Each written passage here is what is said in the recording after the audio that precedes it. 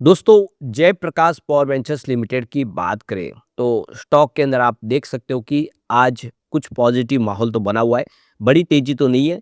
Stock ऊपर के level से फिर हल्का सा नीचे आया क्योंकि 18.42 पर चला गया था, लेकिन अब स्टॉक 18 के नीचे है। लेकिन इसके बीच में जो बड़ी अपडेट निकल के आ रही है, इसकी जो प्रमोटर कंपनी है जेपी एसोसिएट, उसके सीओसी की मीटिंग हुई है। फैसला किया जा रहा है कि किसके हाथ में कंपनी सौंपनी है। कंपनी ने अपना पेमेंट डिफ़ॉल्ट भी किया है, क्योंकि देख सकते हो कि अभी फ़िलहाल कंपनी इंसॉल्वेंसी प्रक्रिया के तहत गुज़र रही है, पेमेंट नहीं कर पा रही है, सारा कंट्रोल जो है उनके हाथ में अभी नहीं है। और दूसरी तरफ कंपनी ने क्वार्टर 2 की भी तैयारी की, उसका भी सर्टिफ़िकेट आ चुका है। इन सारी बातों को समझेंगे। और जयप्रकाश पावर वेंचर्स लिमिटेड के जो लेंडर्स हैं, जिन्होंने 2019 के अंदर रीस्ट्रक्चर स्कीम के तहत जो कर्ज था उसके बदले में इक्विटी ली थी, अब वो बेचना चाहते हैं। तो कौन खरीदने जा रहा है? क्योंकि यहाँ पे जो भी खरीदेगा वो 24% के आसपास की हिस्सेदारी होगी, और 25% के आसपास की हिस्सेदारी है वो जेपी एसोसिएट के माध्यम से मिलने वाली है। ऐसे में कौन बनेगा बड़ा प्रमोटर, जो स्टेक जिसके पास होगी लगभग 50% के आसपास और उसका कंट्रोल होगा, समझने की कोशिश करेंगे इस वीडियो के माध्यम से। लेकिन फ्रेंड्स, उससे पहले अगर आप पहली बार हमारे चैनल पे आए तो चैनल को सब्सक्राइब कर दीजिए, एक बेल आइकॉन दबा दीजिए ताकि जब भी नया वीडियो बने पहला नोटिफिकेशन आपको मिले। वीडियो पसंद आए तो लाइक से जरूर कीजिए। चलो फ्रेंड्स, वीडियो स्टार्ट करते हैं। मैं हूँ आपका दोस्त एस बी दवे और हमारे अपने चैनल ऑनलाइन कमाई में आपका बहुत बहुत स्वागत है। तो सबसे पहले जेपी पावर के कारोबार की बात करें तो स्टॉक 17.99 पर इस समय आपको ट्रेड करता हुआ दिखाई देगा, जहाँ पे 0.056% की तेजी है। या यूँ कह सकते हैं कि बिल्कुल फ्लैट ट्रेड कर रहा है। हो सकता है कि इसमें कुछ गिरावट भी बने। वैसे इंट्राडे में आज कुछ गिरावट हुई थी, उसमें वहाँ से रिकवरी भी हुई। स्टॉक फिलहाल एक सीमित दायरे में ही ट्रेड कर रहा है। जो बड़े इन्वेस्टर वो वेट एंड वॉच कर रहे हैं। स्टॉक की आगे की रणनीति के लिए वो देख रहे थे कि क्या होता है फैसला आने वाले इसमें प्रमोटर का और यहाँ के इसके लेंडर्स का। जेपी एसोसिएट लेकिन कमाल कर रहा है, 3.69 पर 5% का अपर सर्किट लग गया आज। फिर से यहाँ पे ट्रेडिंग शुरू हुई है और स्टॉक में लगातार अपर सर्किट लग रहे। तो अब आप देख कि लैंडर्स की जो कोशिश है कि जल्द से जल्द कोई नया प्रमोटर मिले, उसने एक पॉजिटिव माहौल बना दिया है। तो यहाँ पे जो बड़ी अपडेट निकल के आ रही है, जेपी एसोसिएट ने एक्सचेंज को जानकारी दी है कि उन्होंने क्वार्टर 2 की तैयारी कर ली है, और उनके जो आरटीए एजेंट है, जो शेयर ट्रांसफ़र एजेंट, उन्होंने उनको सर्टिफिकेट प्रोवाइड किया है कि क्वार्टर 2 अब लाया जा सकता है। तो देखो कि मेसर्स अलंकित असाइनमेंट लिमिटेड इनके शेयर ट्रांसफ़र एजेंट है, उनकी तरफ से सर्टिफिकेट मिल चुका है। अब क्वार्टर 2 लाया जा सकता है। पिछली बार हमने देखा था क्वार्टर 2 तो काफ़ी बाद में लाया गया था, और इस बार भी उम्मीद है कि ये तो क्वार्टर 2 अभी तो फिलहाल नहीं आएगा, क्योंकि अब पूरा प्रोसेस जो चल रहा है वो सीओसी का मीटिंग का दौर चल रहा है। ऐसे में इस समय रिजल्ट की थोड़ी संभावना दूर दिख रही है, थोड़ा समय के साथ आ सकता है। लेकिन रिजल्ट के जो भी आंकड़े वो तो तैयार हो गए। अब सर्टिफिकेट मिलने का मतलब है कि रिजल्ट कभी भी लाया जा सकता है। देखना होगा कब रिजल्ट आता है। एक और जो बड़ी जानकारी एक्सचेंज को दी गई है जयप्रकाश एसोसिएट लिमिटेड की तरफ से, कि उनका जो बकाया पेमेंट था उसको वो डिफ़ॉल्ट कर गए।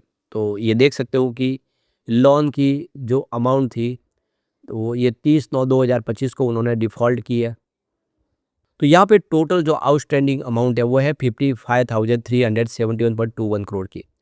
और अब आप देख सकते हो कि जो भी इन्होंने लोन लिया हुआ है अलग-अलग बैंकों से, वो सारा का सारा अभी फ़िलहाल वो चुका नहीं सकते, क्योंकि पूरी की पूरी एनसीएलटी की कार्रवाई चल रही है। अब जो नया प्रमोटर मिलेगा, उनके माध्यम से जो पैसा मिलेगा वही लेंडर को बाँटा जाएगा। तो जो बड़ी रकम तो मिलनी नहीं है। आने वाले समय इनको भी कुछ यहाँ पे गुंजाइश जो है कम होगी, उसको मानना पड़ेगा, और उसी में उनको सैटिस्फाइड होना पड़ेगा। एक और जो बड़ी अपडेट निकल के आ रही है, यहाँ पे देख सकते हो कि कंपनी की तरफ से जो एक्सचेंज को जानकारी दी है, कंपनी की 21st मीटिंग है जो कमिटी की हो चुकी है। तो इंसॉल्वेंसी रिज़ॉल्यूशन प्रोसेस चल रहा है। सबसे बड़ी बोली लगाई है वेदांता ग्रुप ने, लेकिन जो जेपी एसोसिएट के जो लेंडर्स है, सीओसी जो है, वो चाहते हैं कि क्या पे और नई बोलियाँ फिर से आए और नया इसमें कुछ ऐड हो। यानी जो उनको अभी तक जो बोली मिली है उनको इतनी खास नहीं लग रही है, इसमें बहुत सारा पैसा उनका जा रहा है। तो सीओसी की जो मीटिंग है 6 अक्टूबर 2025 मंडे को हुई है, जिसमें आने वाले समय के लिए रणनीति तैयार की गई है। लगातार फैसलों का दौर जारी है। इससे एक बात समझ में आ रही है कि आने वाले समय जल्द ही जेपी पावर को नया प्रमोटर मिल सकता है।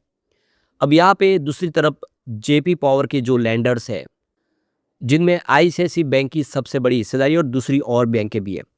इन्होंने 3,800 करोड़ रुपए की जो रकम थी, जो इन्होंने कर्ज के रूप में दी थी, उसको सीसीपीएस में बदल दिया था 2019 में। कंपनी ने रीस्ट्रक्चर स्कीम लाई थी जिसके तहत उनको कर्ज के बदले में इक्विटी जारी की गई थी। लेकिन अब जो ये बैंक है, जो पूरा बैंकों का ग्रुप, इनके पास करीब 24% के आसपास की हिस्सेदारी है। ये 24-25% की हिस्सेदारी है, वो अब बेचना चाहते हैं। किसी और निवेशक को ये हिस्सेदारी देके वो यहाँ से निकलना चाहते हैं। तो ये देख सकते हो कि जेपी एसोसिएट लिमिटेड की भी यहाँ पे 24% की स्टेक है। तो जो अधिग्रहण करने जा रहा है जेपी एसोसिएट का, वो मालिक बन जाएगा 24% का जेपी पावर के अंदर डायरेक्टली। अब यहाँ पे सीसीपीएस के अंदर भी जो 25% की जो स्टेक है, वो खरीद सकते हैं कोई भी। तो यहाँ पे देख सकते हो कि एक रास्ता ये है कि 25% की हिस्सेदारी और 24 की यानी 49% की स्टेक ले सकते हैं जो भी खरीदे यहाँ पे। तो आप समझ सकते हो कि अगर कंपनी पे कंट्रोल करना है तो 51% की हिस्सेदारी चाहिए और बाजार से उसको खरीदा जा सकता है। तो बहुत सारे जो पोटेंशियल बायर है वो अब रेस में तैयार है। कोटक ने अपनी बिड लगाई हुई है। कोटक यहाँ पे 7,400 करोड़ की ऑफर लेकर आए, जिसमें वो 3,805 करोड़ की जो सीसीपीएस का अमाउंट भी पे करेंगे, जो आईसीआईसीआई बैंक और दूसरे बैंकों को, और साथ में जो कर्ज है उसको भी चुका देंगे। दूसरे और भी इंटरेस्टेड यहाँ पे पार्टिसिपेंट में आप देखें तो अदानी ग्रुप है। अदानी पावर के माध्यम से वो भी यहाँ पे इसका अधिग्रहण करना चाहते हैं। उन्होंने भी यहाँ पे बिडिंग प्रोसेस के लिए तैयारी कर ली है। वेदांता भी बिड लगाना चाहते हैं क्योंकि जेपी एसोसिएट लिमिटेड में उन्होंने अपनी बोली सबसे बड़ी जीती है। वो चाहते हैं कि अब कंट्रोल कंपनी में पूरा हो, तो वो भी बोली लगा रहे। देखना होगा कि ये जो प्रोसेस है, यह कब कंप्लीट होगा और आखिर कौन नया प्रमोटर मिलेगा। लेकिन इस समय जो सबसे बड़ा प्लस पॉइंट अगर किसी के लिए तो वो अदानी ग्रुप के लिए। जेपी पावर एक प्रॉफिट मेकिंग कंपनी है और अदानी पावर का अगर हिस्सा बनती है तो अदानी पावर का बिजनेस और तेज़ी से ग्रो कर सकता है। तो वेट करना होगा कि आखिर कौन नया प्रमोटर इसको मिलेगा। अब एक जो बड़ी अपडेट निकल के आ रही है, रिन्यूएबल एनर्जी का इंडिया के अंदर इंस्टॉलेशन कैपेसिटी लगातार बढ़ रही है और कोल की कैपेसिटी धीरे धीरे कम हो रही है। तो ये देख सकते हो कि एम्बर ने एक रिपोर्ट जारी की है जिसमें कहा गया है कि काफ़ी सालों के बाद चाइना और इंडिया के अंदर जो कोल इंस्टॉल कैपेसिटी है वो कम हुई है और देख सकते हो कि रिन्यूएबल एनर्जी की कैपेसिटी बढ़ी है। ये फर्स्ट टाइम देखने को मिला है कि रिन्यूएबल एनर्जी कोल की जगह ले रही है और इस समय जो रिन्यूएबल एनर्जी ही मुख्य सोर्स हो गया है इलेक्ट्रिसिटी कंजम्पशन के लिए। तो फर्स्ट हाफ में अगर आप देखें तो यूके में जो थिंक टैंक फर्म अम्बर ने अपनी जो नया डाटा जारी किया उसमें कहा कि इंडिया और चाइना के अंदर रिन्यूएबल एनर्जी के माध्यम से ऊर्जा की जरूरत को पूरा करते हुए हम देख रहे हैं और कोल बेस्ड कैपेसिटी कम हो रही है। तो नॉन फॉसिल फ्यूल्स के माध्यम से 50.1% इंस्टॉल कैपेसिटी प्राप्त हो गई है। थर्मल की जो कैपेसिटी इसमें आप पिछड़ती हुई दिखाई दे रही है। तो ऐसे में जो सिर्फ थर्मल पावर प्लांट बेस्ड जो कंपनियां हैं उनको थोड़ी सी प्रॉब्लम होगी। आने वाले इसमें उनकी यहाँ पे रोल जो है कम होता हुआ दिखाई देगा और वो आने वाले निकट भविष्य में वो बाजार से हट भी जाएंगे। लेकिन इसमें जेपी पावर के लिए इतनी चिंता नहीं है क्योंकि जेपी पावर का इनका देखिए हाइड्रो इलेक्ट्रिक पावर प्लांट है विष्णुप्रयाग में बहुत बड़ा। तो रिन्यूएबल के माध्यम से कंपनी ऊर्जा का निर्माण करी है और बिना जो इनका थर्मल पावर प्लांट है वहाँ पर ये सोलर कैपेसिटी स्टैब्लिश करने जा रहे हैं, सोलर प्लांट लगा रहे हैं। तो कंपनी ने अपना जो गोल शिफ्ट कर दिया है रिन्यूएबल की तरफ। ऐसे में आने वाले इसमें भी जेपी पावर का बिजनेस ऐसे ही बढ़ता रहेगा, कोई चिंता की बात नहीं। और सरकार की जो मंशा भी है कि वो रिन्यूएबल को सपोर्ट करे।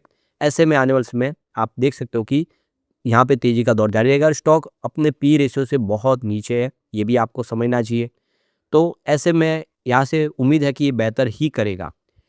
लेकिन फ्रेंड्स, कोई भी इन्वेस्टमेंट करने से पहले अपने फाइनेंशियल एडवाइजर से एडवाइस ले ले या अपना खुद का रिसर्च करें क्योंकि मैंने वीडियो आपके एजुकेशनल पर्पज़ के लिए ही बनाया। वीडियो पसंद आए तो लाइक से जरूर कीजिए और चैनल को सब्सक्राइब कर दीजिए। Thank you friends.